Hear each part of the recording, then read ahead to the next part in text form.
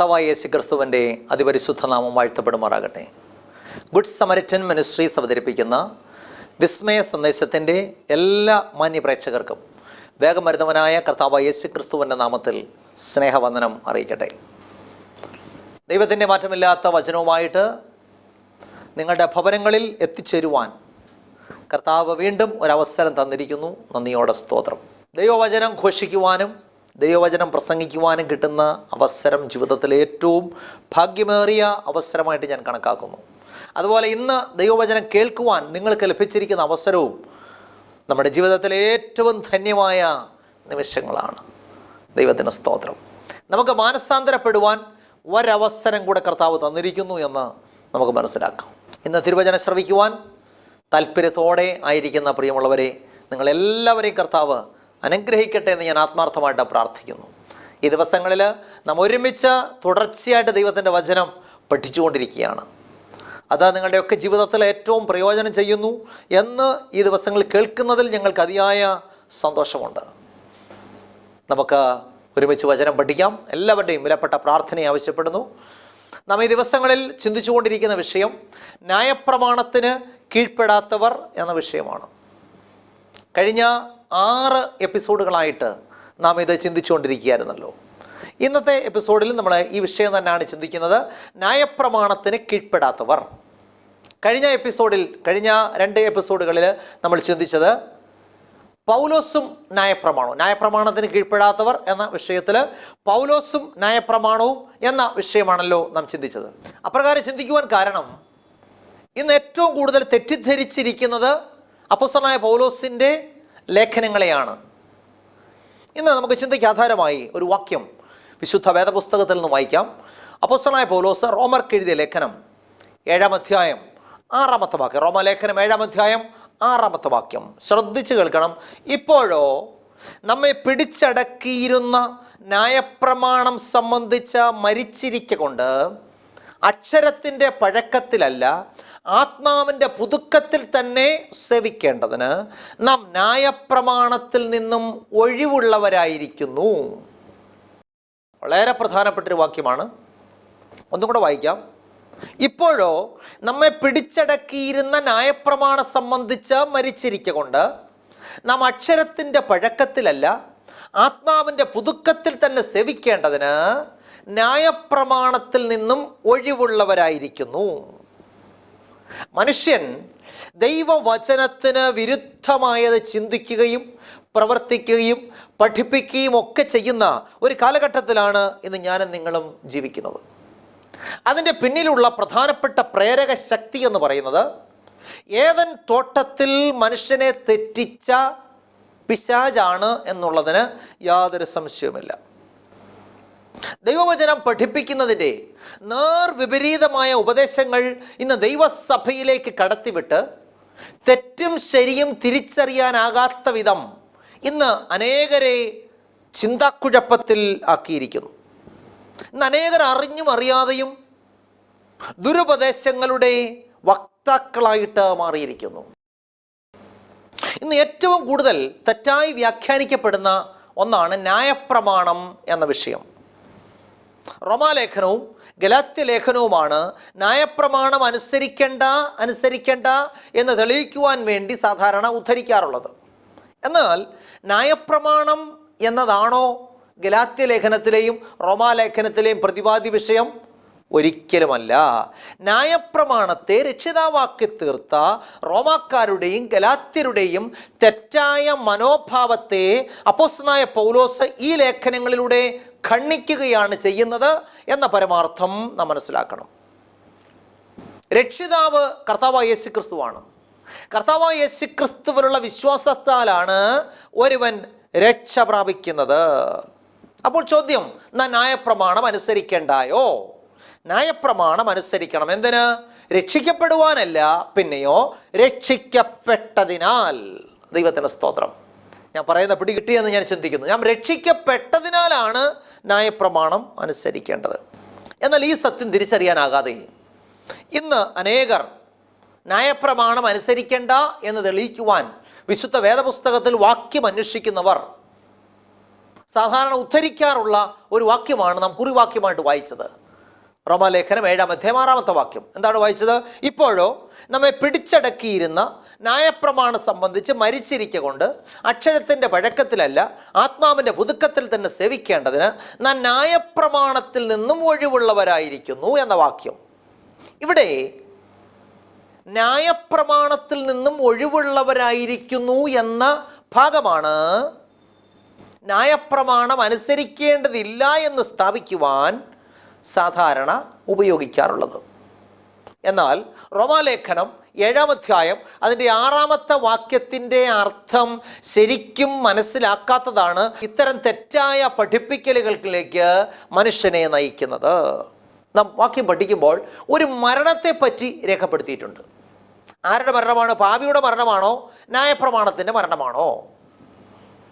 റോമാലേഖനം 7-ാം അധ്യായത്തിൻ്റെ 1 മുതൽ 6 വരെയുള്ള വാക്യങ്ങൾ നാം വായിക്കുമ്പോൾ അവിടെ ഒരു സ്ത്രീയെയും 2 ഭർത്താക്കന്മാരെയും കുറിച്ച് പറഞ്ഞിട്ടുണ്ട്. ഒരു സ്ത്രീയും 2 ഭർത്താക്കന്മാരും. 1-ാമത്തെ ഭർത്താവിൻ്റെ മരണശേഷം ഈ സ്ത്രീ 2-ാമത്തെ ഭർത്താവിന് വിധേയയായിട്ട് തീരുന്നു. ആരാണ് ഈ സ്ത്രീയുടെ 1-ാമത്തെ ഭർത്താവ്? റോമാലേഖനം 7-ാം അധ്യായം 5-ാമത്തെ വാക്യം. റോമാലേഖനം 7-ാം അധ്യായം 5-ാമത്തെ വാക്യം ശ്രദ്ധിച്ച് കേൾക്കണം. നാം ജഡത്തിലായിരുന്നപ്പോൾ ന്യായപ്രമാണത്താലുളവായ പാപരാഗങ്ങൾ മരണത്തിന് ഫലം കായ്ക്കത്തക്കവണ്ണം നമ്മുടെ അവയവങ്ങളിൽ വ്യാപരിച്ചു പോന്നു. അപ്പം നാം ജഡത്തിലായിരുന്നപ്പോൾ എന്ന് പറഞ്ഞാൽ പാപിക്ക് ജഡം അഥവാ പഴയ മനുഷ്യൻ എന്നൊരു ഭർത്താവുണ്ട്. തന്നെയുമല്ല ഈ പാപി ഈ ഭർത്താവിനെ, ജഡം അഥവാ പാപമാകുന്ന ഭർത്താവിനെ സേവിച്ച് പാപത്തിന് അടിമപ്പെട്ട് ജീവിക്കുകയാണ്. ഒരു കാര്യം നാം മനസ്സിലാക്കണം. ഇപ്പം ന്യായപ്രമാണം അങ്ങനെ ആയിരിക്കുമ്പോൾ, അതായത് പാപി ജഡമെന്ന ഭർത്താവിന് കീഴ്പ്പെട്ട് പാപത്തെ സേവിക്കുമ്പോൾ ന്യായപ്രമാണം ആ വ്യക്തിയെ പിടിച്ചടക്കി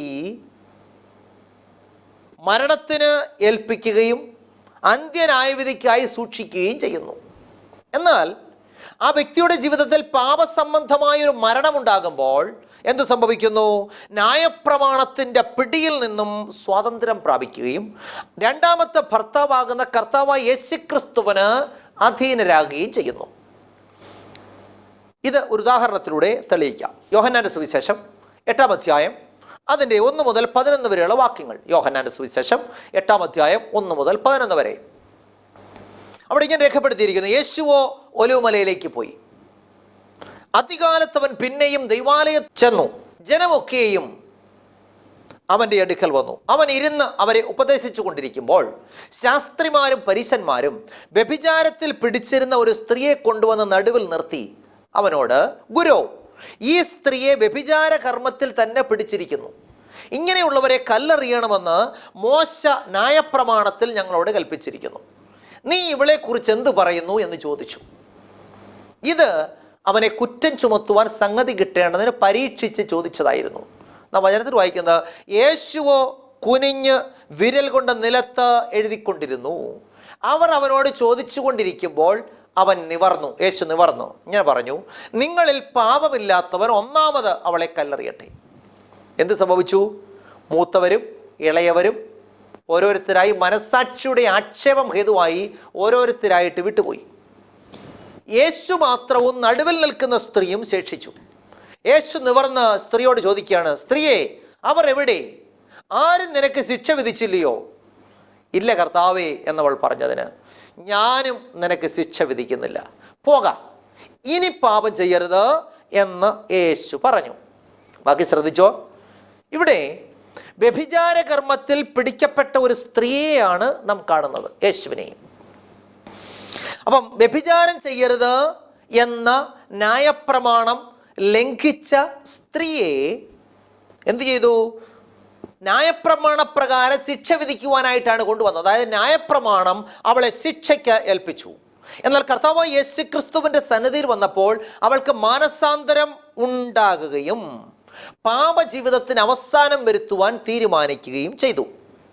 അവൾ ക്രിസ്തുവിൻ്റെ കൃപയിൽ അഭയം പ്രാപിച്ചതുകൊണ്ട് ന്യായപ്രമാണത്തിന് അവളെ ശിക്ഷ വിധിക്കുവാൻ സാധിച്ചില്ല. ദൈവത്തിന് സ്തോത്രം. ഒന്നുകൂടെ വ്യക്തമാക്കാം. അപ്പോൾ ഈ സ്ത്രീ കർത്താവ് യേശുക്രിസ്തുവിൻ്റെ സന്നിധിയിൽ വരുന്നതിന് മുമ്പ് അവൾ ചെയ്ത ന്യായപ്രമാണ ലംഘനം നിമിത്തം ന്യായപ്രമാണം അവളെ ശിക്ഷയ്ക്ക് വിധിച്ചു, മരണശിക്ഷയ്ക്ക് വിധിച്ചു. എന്നാൽ യേശുക്രിസ്തുവിൻ്റെ കൃപയിൽ അഭയം പ്രാപിച്ചതുകൊണ്ട് എന്ത് സംഭവിച്ചു? ന്യായപ്രമാണത്തിന് അവളെ ശിക്ഷ വിധിക്കുവാനായിട്ട് സാധിച്ചില്ല. ഒന്നും കൂടെ വ്യക്തമാക്കിയാൽ, കൊലപാതകം ചെയ്ത ഒരു വ്യക്തിയെ മരണശിക്ഷയ്ക്ക് വിധിച്ചു എന്നിരിക്കട്ടെ. കൊലപാതകം ചെയ്തു, പ്രമാണം മരണശിക്ഷയ്ക്ക് വിധിച്ചു. എന്നാൽ അദ്ദേഹത്തെ മരണശിക്ഷ നടപ്പിലാക്കുന്നതിന് ചില ദിവസങ്ങൾക്ക് മുമ്പ് ഈ കുറ്റം ചെയ്ത വ്യക്തി ഹൃദയസ്തംഭനം വന്നങ്ങ് മരിച്ചുപോയി എന്ന് കരുതുക. അങ്ങനെയാണെങ്കിൽ ന്യായപ്രമാണത്തിനോ കോടതിക്കോ അവൻ്റെ മേൽ ശിക്ഷ നടപ്പിലാക്കുവാൻ സാധ്യമല്ല. അതുപോലെ ഒരു പാപി മാനസാന്തരപ്പെട്ട് കർത്താവായ യേശുക്രിസ്തുവിൻ്റെ കൃപയ്ക്ക് അധീനനായി തീർന്നാൽ ന്യായപ്രമാണത്തിന് അവൻ്റെ മേൽ പിന്നെ ശിക്ഷ നടപ്പിലാക്കുവാൻ സാധ്യമല്ല. ഈ അർത്ഥത്തിലാണ് നാം ന്യായപ്രമാണത്തിൽ നിന്നും ഒഴിവുള്ളവരായിരിക്കുന്നു എന്ന് അപ്പോസ്തലനായ പൗലോസ് രേഖപ്പെടുത്തിയിരിക്കുന്നത്. അല്ലാതെ നാം ന്യായപ്രമാണം അനുസരിക്കുന്നതിൽ നിന്നും ഒഴിവുള്ളവരായിരിക്കുന്നു എന്നല്ല. എന്താ മനസ്സിലായി? നാം ന്യായപ്രമാണം അനുസരിക്കേണ്ട എന്ന് പറയുന്ന ഒരു വാക്യം പോലും വിശുദ്ധ വേദപുസ്തകത്തിലില്ല എന്നുള്ള സത്യം നാം മനസ്സിലാക്കണം. റോമാലേഖനം അതിൻ്റെ 7-ാം അധ്യായം 6-ാമത്തെ വാക്യത്തിൽ പറയുന്നു, ഇപ്പോഴോ നമ്മെ പിടിച്ചടക്കിയിരുന്ന ന്യായപ്രമാണം സംബന്ധിച്ച് മരിച്ചിരിക്കൊണ്ട്. ചോദ്യം, എന്താണ് ഈ ന്യായപ്രമാണ സംബന്ധമായ മരണം? ഒരു വ്യക്തി ദൈവത്തിൻ്റെ ന്യായപ്രമാണം ലംഘിച്ച് പാപം ചെയ്യുമ്പോൾ ന്യായപ്രമാണം ആ വ്യക്തിയെ പിടിച്ചടക്കി മരണത്തിന് ശിക്ഷയ്ക്ക് വിധിക്കുന്നു. എന്നാൽ പാപത്തെക്കുറിച്ച് അനുതപിച്ച് ഏറ്റുപറഞ്ഞ് കർത്താവായ യേശുക്രിസ്തുവിൻ്റെ കൃപയിലേക്ക് വരുമ്പോൾ, അവർ തീരുമാനമെടുക്കുമ്പോൾ എന്ത് സംഭവിക്കുന്നു? അവൻ്റെ ജീവിതത്തിലൊരു മരണം സംഭവിക്കുന്നു. എന്തു മരണമാണ്? റോമാലേഖനം 6-ാം അധ്യായം 2-ാമത്തെ വാക്യം. അപ്പോൾ പാപം ചെയ്യുമ്പോൾ ന്യായപ്രമാണം ഒരു വ്യക്തിയെ പിടിച്ചടക്കി ശിക്ഷയ്ക്ക് വിധിക്കുന്നു. എന്നാൽ അവൻ മാനസാന്തരപ്പെടുമ്പോഴോ അവൻ്റെ ജീവിതത്തിൽ ഒരു മരണം സംഭവിക്കുന്നു. ഏത് മരണം? റോമാലേഖനം 6-ാം അധ്യായം 2-ാമത്തെ വാക്യം. പാപസംബന്ധമായി മരിച്ചവരായ നാം ഇനി അതിൽ ജീവിക്കുന്നത് എങ്ങനെ? എന്താ മനസ്സിലായി? ഇവിടെ പാപസംബന്ധമായ ഒരു മരണമാണ് പാപിയുടെ ജീവിതത്തിൽ ഉണ്ടാകുന്നത്. സാധാരണ മരിക്കുന്നവരെ നാം എന്താ ചെയ്യാറുള്ളത്? മരിക്കുന്നവരെ സാധാരണ നമ്മൾ കുഴിച്ചിടും. അങ്ങനെയാണെങ്കിൽ പാപസംബന്ധമായി മരിക്കുന്നവരെയും കുഴിച്ചിടേണ്ടത് ആവശ്യമാണ്. അതെങ്ങനെയാണ് പാപസംബന്ധമായി മരിച്ചവരെ കുഴിച്ചിടുന്നത്? റോമാലേഖനം 6-ാം അധ്യായം 3-4 വാക്യങ്ങൾ ഇങ്ങനെ പറയുന്നു. റോമാലേഖനം 6-ാം അധ്യായം 3-4 വാക്യങ്ങൾ. അല്ല, യേശുക്രിസ്തുവിനോട് ചേരുവാൻ സ്നാനമേറ്റവരായ നാം എല്ലാവരും അവൻ്റെ മരണത്തിൽ പങ്കാളികളായി തീരുവാൻ സ്നാനമേറ്റിരിക്കുന്നു എന്ന് നിങ്ങൾ അറിയുന്നില്ലയോ? അങ്ങനെ നാം അവൻ്റെ മരണത്തിൽ പങ്കാളികളായി തീർന്ന സ്നാനത്താൽ അവനോടുകൂടെ കുഴിച്ചിടപ്പെട്ടു. ക്രിസ്തു മരിച്ചിട്ട് പിതാവിൻ്റെ മഹിമയാൽ ജീവിച്ചെഴുന്നേറ്റതുപോലെ നാമും ജീവന്റെ പുതുക്കത്തിൽ നടക്കേണ്ടതിന് തന്നെ. ദൈവത്തിന് സ്തോത്രം, ഹല്ലേലൂയ. എന്താ മനസ്സിലായി? ഇപ്പൊ പാപസംബന്ധമായി മരിക്കുന്നവരെയും കുഴിച്ചിടേണ്ടത് ആവശ്യമാണ്. അങ്ങനെ കുഴിച്ചിടുന്ന ശുശ്രൂഷയാണ് സ്നാനം എന്ന ദൈവത്തിൻ്റെ വചനം നമ്മെ പഠിപ്പിക്കുന്നത്. അതായത് കർത്താവായ യേശുക്രിസ്തുവിൻ്റെ മരണത്തോടും അടക്കത്തോടും ഉയർത്തെഴുന്നേൽപ്പിനോടും ഏകീഭവിക്കുന്ന ശുശ്രൂഷയാണ് സ്നാനം. ഇനി ചോദ്യം, ഇപ്രകാരമുള്ള മരണം കൊണ്ട് എന്ത് പ്രയോജനമാണുള്ളത്? അപ്പൊ ഇപ്രകാരമുള്ള മരണം സംഭവിക്കുമ്പോൾ ജഡം എന്ന പഴയ ഭർത്താവ് മരിക്കുകയും കർത്താവായ യേശുക്രിസ്തു എന്ന രണ്ടാമത്തെ ഭർത്താവിന് നാം ആയിത്തീരുകയും ചെയ്യുന്നു. അപ്പൊ ഞാൻ നേരത്തെ പറഞ്ഞല്ലോ, ഒരു സ്ത്രീയും 2 ഭർത്താക്കന്മാരും. ആദ്യത്തെ ഭർത്താവ് പാപം അല്ലെങ്കിൽ ജഡമെന്ന പഴയ മനുഷ്യൻ എന്ന ഭർത്താവ്. ആ ഭർത്താവ് മനസാന്തരപ്പെടുമ്പോൾ ഈ പഴയ മനുഷ്യൻ എന്ന ഭർത്താവ് മരിക്കുകയും നാം യേശുക്രിസ്തു എന്ന പുതിയ ഭർത്താവിന് ആയിത്തീരുകയും ചെയ്യുന്നു. അപ്പം ന്യായപ്രമാണം മരിക്കുന്നില്ല, പിന്നെന്ത് മരിക്കുന്നു? ജഡം അഥവാ പഴയ മനുഷ്യൻ എന്ന ഭർത്താവ് മരിക്കുന്നു. റോമാലേഖനം 7-ാം അധ്യായം 4-ാമത്തെ വാക്യം.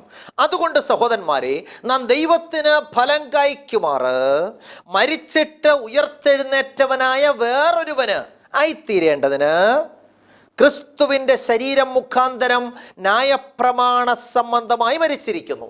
എന്താ മനസ്സിലായി?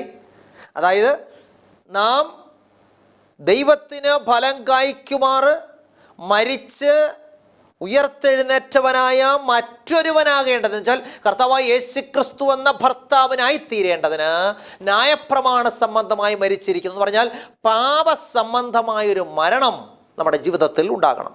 അങ്ങനെ ക്രിസ്തു എന്ന രണ്ടാമത്തെ ഭർത്താവിനായി നാം തീർന്നാൽ പിന്നെ ന്യായപ്രമാണത്തിന് നമ്മുടെ മേൽ ശിക്ഷ വിധിക്കുവാൻ സാധ്യമല്ല. ഈ അർത്ഥത്തിലാണ് നാം ന്യായപ്രമാണത്തിൽ നിന്നും ഒഴിവുള്ളവരായിരിക്കുന്നു എന്ന് അപ്പോസ്തലനായ പൗലോസ് രേഖപ്പെടുത്തിയിരിക്കുന്നത്. അല്ലാതെ നാം ന്യായപ്രമാണം അനുസരിക്കുന്നതിൽ നിന്നും ഒഴിവുള്ളവരായിരിക്കുന്നു എന്ന അർത്ഥത്തിലല്ല. ദൈവത്തിന് സ്തോത്രം. വീണ്ടും റോമാലേഖനം 7-ാം അധ്യായം 6-ാമത്തെ വാക്യത്തിൽ പറയുന്നു, ന്യായപ്രമാണം സംബന്ധിച്ച് മരിച്ചിരിക്കൊണ്ട് അക്ഷരത്തിൻ്റെ പഴക്കത്തിലല്ല ആത്മാവിൻ്റെ പുതുക്കത്തിൽ തന്നെ സേവിക്കേണ്ടതിന്. ദൈവത്തിന് സ്തോത്രം. അപ്പോൾ എന്താണ് അക്ഷരത്തിൻ്റെ പഴക്കത്തിലുള്ള സേവനവും ആത്മാവിൻ്റെ പുതുക്കത്തിലുള്ള സേവനവും? നാം ഈ കാര്യങ്ങളൊക്കെ വളരെ ശ്രദ്ധിച്ച് മനസ്സിലാക്കിയില്ലെങ്കിൽ ലോകത്തിൻ്റെ തെറ്റായ ഉപദേശങ്ങളിൽ നാം വീണു പോകുവാൻ സാധ്യതയുണ്ട്. അപ്പോൾ ഇവിടെ അക്ഷരത്തിൻ്റെ പഴക്കത്തിലുള്ള ശുശ്രൂഷ എന്ന് പറഞ്ഞാൽ പഴയ നിയമ ഇസ്രായേലിന് വന്ന വീഴ്ചയാണ് അക്ഷരത്തിൻ്റെ പഴക്കത്തിലുള്ള ശുശ്രൂഷ. യെശയ്യാ പ്രവാചകൻ ഇപ്രകാരം വിളിച്ചു പറഞ്ഞു. യെശയ്യാ പ്രവാചകന്റെ പുസ്തകം 29-ാം അധ്യായം 13-ാമത്തെ വാക്യം. യെശയ്യാവ് 29:13. ഈ ജനം അടുത്തു വന്ന് ആധരം കൊണ്ടും വായ് കൊണ്ടും എന്നെ ബഹുമാനിക്കുന്നു, എങ്കിലും അവരുടെ ഹൃദയം എങ്കിൽ നിന്നും അകറ്റി ദൂരത്ത് വച്ചിരിക്കുന്നു. എന്നോടുള്ള അവരുടെ ഭക്തി മനഃപാഠമാക്കിയ മാനുഷകൽപ്പനകളത്രേ. എന്താ മനസ്സിലായി? ആധരം കൊണ്ടും വായ് കൊണ്ടുമുള്ള ബഹുമാനമുണ്ട്, പക്ഷേ യഥാർത്ഥമായിട്ടുള്ള ഭക്തി ജീവിതത്തിൽ ഇല്ലാതിരിക്കുന്ന അനുഭവം, ഇതിനെയാണ് അക്ഷരത്തിൻ്റെ ശുശ്രൂഷ എന്ന് പറയുന്നത്.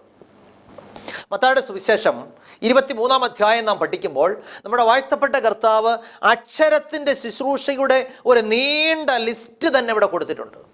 ഈ എപ്പിസോഡിലെല്ലാം പറയുവാനായിട്ടുള്ള സമയമില്ല, അതുകൊണ്ട് ഒരു വാക്യം മാത്രം വായിക്കാം. മത്തായിയുടെ സുവിശേഷം 23-ാം അധ്യായം 23-ാമത്തെ വാക്യം.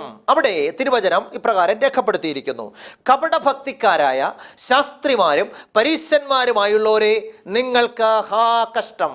നിങ്ങൾ തുളസി, ചതകുപ്പ, ജീരകം ഇവയിൽ പതാരം കൊടുക്കുകയും ന്യായം, കരുണ, വിശ്വസ്തത ഇങ്ങനെ ന്യായപ്രമാണത്തിൽ ഘനമേറിയവ ത്യജിച്ച് കളയുകയും ചെയ്യുന്നു. അത് ചെയ്യുകയും ഇത് ത്യജിക്കാതിരിക്കുകയും വേണം. അപ്പോൾ നോക്കിക്കുക, ഇവിടെ അക്ഷരത്തിൻ്റെ ശുശ്രൂഷ നമുക്ക് കാണുവാനായിട്ട് സാധിക്കുന്നു. എന്താ? തുളസി, ചതകുപ്പ, ജീരകം ഇവയ്ക്കൊക്കെ കൃത്യമായിട്ട് ദശാംശം കൊടുക്കും. പക്ഷേ ന്യായപ്രമാണത്തിൽ ചില ഘനമേറിയ കാര്യങ്ങളുണ്ട്. ന്യായം, കരുണ, വിശ്വസ്തത ഇതൊന്നും ജീവിതത്തിലില്ല. അപ്പോൾ യേശു എന്താ പറഞ്ഞു? ന്യായപ്രമാണം അനുസരിക്കേണ്ടെന്ന് പറഞ്ഞോ? ഇല്ല. അത് ചെയ്യുകയും ഇത് ത്യജിക്കാതിരിക്കുകയും വേണം എന്ന് പറഞ്ഞാൽ നമ്മുടെ ആരാധന അത് അക്ഷരിക ആരാധനയായിട്ട് മാറരുത്, ആത്മാർത്ഥതയോടെയുള്ള ആരാധനയായിരിക്കണം. ദൈവത്തിൻ്റെ സ്തോത്രം. അപ്പം ദൈവജനം ന്യായപ്രമാണത്തെ എങ്ങനെ അക്ഷരിക ശുശ്രൂഷയാക്കിയെന്ന് ഈ മത്തായിയുടെ സുവിശേഷം 23-ാം അധ്യായം 23-ാമത്തെ വാക്യത്തിൽ നമുക്ക് കാണുവാനായിട്ട് സാധിക്കുന്നു. അപ്പോൾ ന്യായപ്രമാണത്തിനാണോ കുഴപ്പം? അല്ല.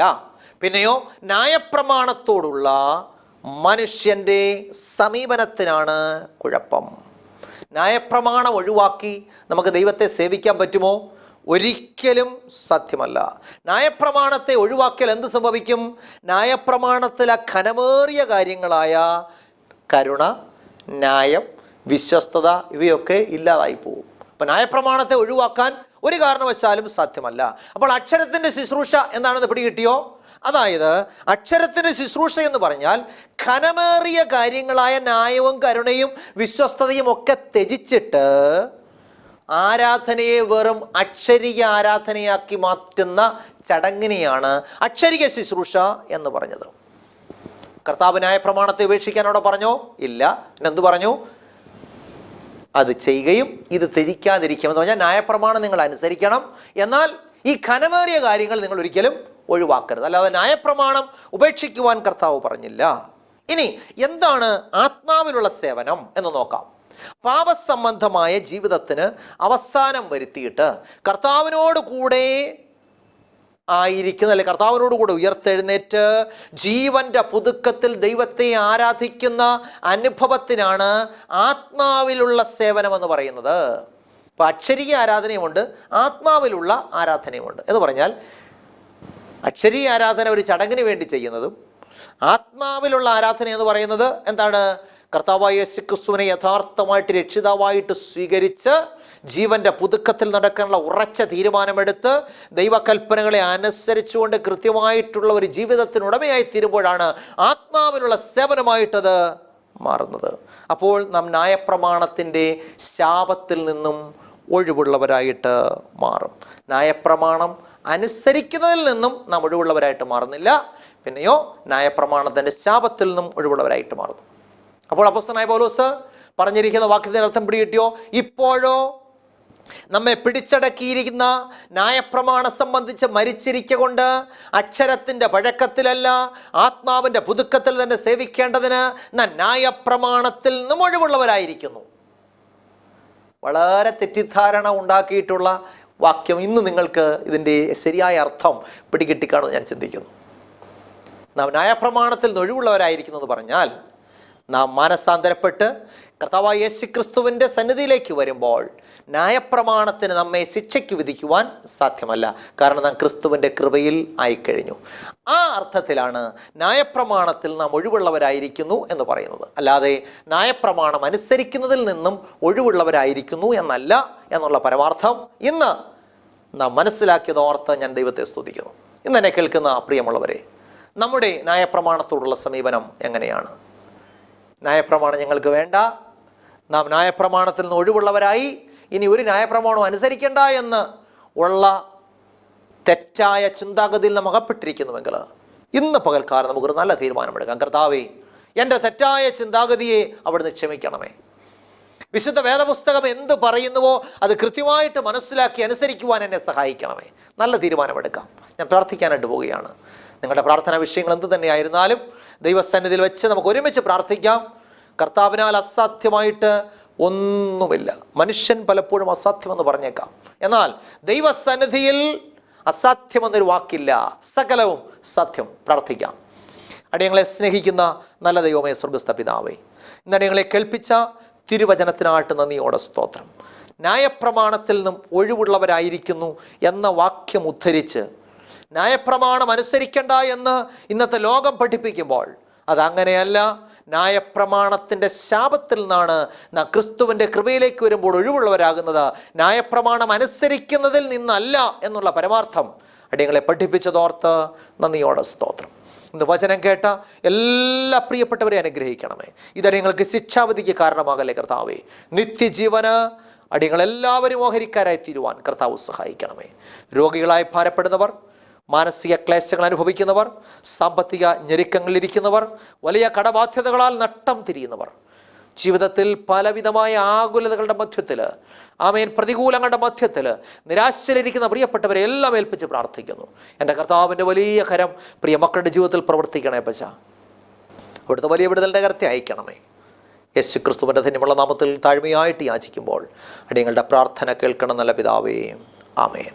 കർത്താവിൽ പ്രിയരെ, ഇന്നത്തെ ശുശ്രൂഷ നിങ്ങൾക്ക് എല്ലാവർക്കും അനുഗ്രഹമായി എന്ന് കരുതട്ടെ. ഒരു സന്തോഷ വാർത്ത നിങ്ങളെ അറിയിക്കാനുള്ളത്, കഴിഞ്ഞ നാളുകളിൽ ജയ്ഹിന്ദ് ചാനലിലൂടെ ഫസ്റ്റ് ജോയ് മുഹമ്മദായി ചെയ്ത വിവിധ പ്രസംഗങ്ങളുടെ DVD-കൾ നിങ്ങൾക്കായി തയ്യാർ ചെയ്തിട്ടുണ്ട്. ഇത് ഒരു പുതിയ DVD നിങ്ങളെ പരിചയപ്പെടുത്തുന്നു. ആരാധന. നാം എന്തുകൊണ്ട് ദൈവത്തെ ആരാധിക്കണം, എങ്ങനെ ആരാധിക്കണം, എവിടെ ആരാധിക്കണം, എന്ന് ആരാധിക്കണം, അങ്ങനെ ആരാധനയെ പറ്റി എല്ലാം.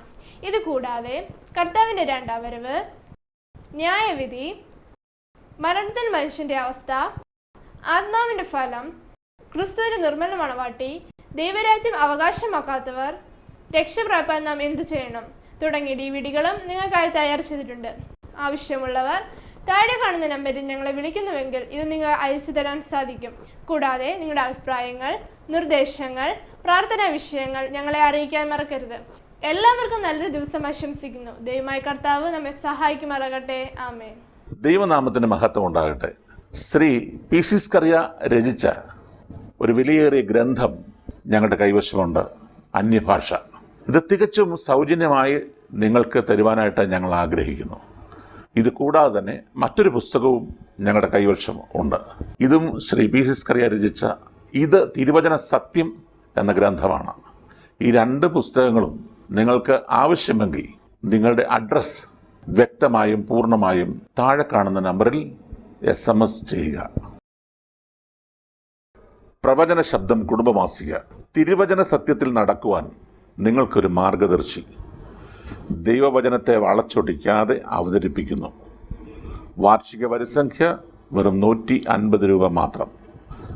ആവശ്യമുള്ളവർ ബന്ധപ്പെടേണ്ട ഫോൺ നമ്പർ 9495555082. ഞങ്ങളുടെ വിലാസം Good Samaritan Ministries, Puthentharayil house, near Pushpagiri medical college, Thiruvalla. Pin code 689101.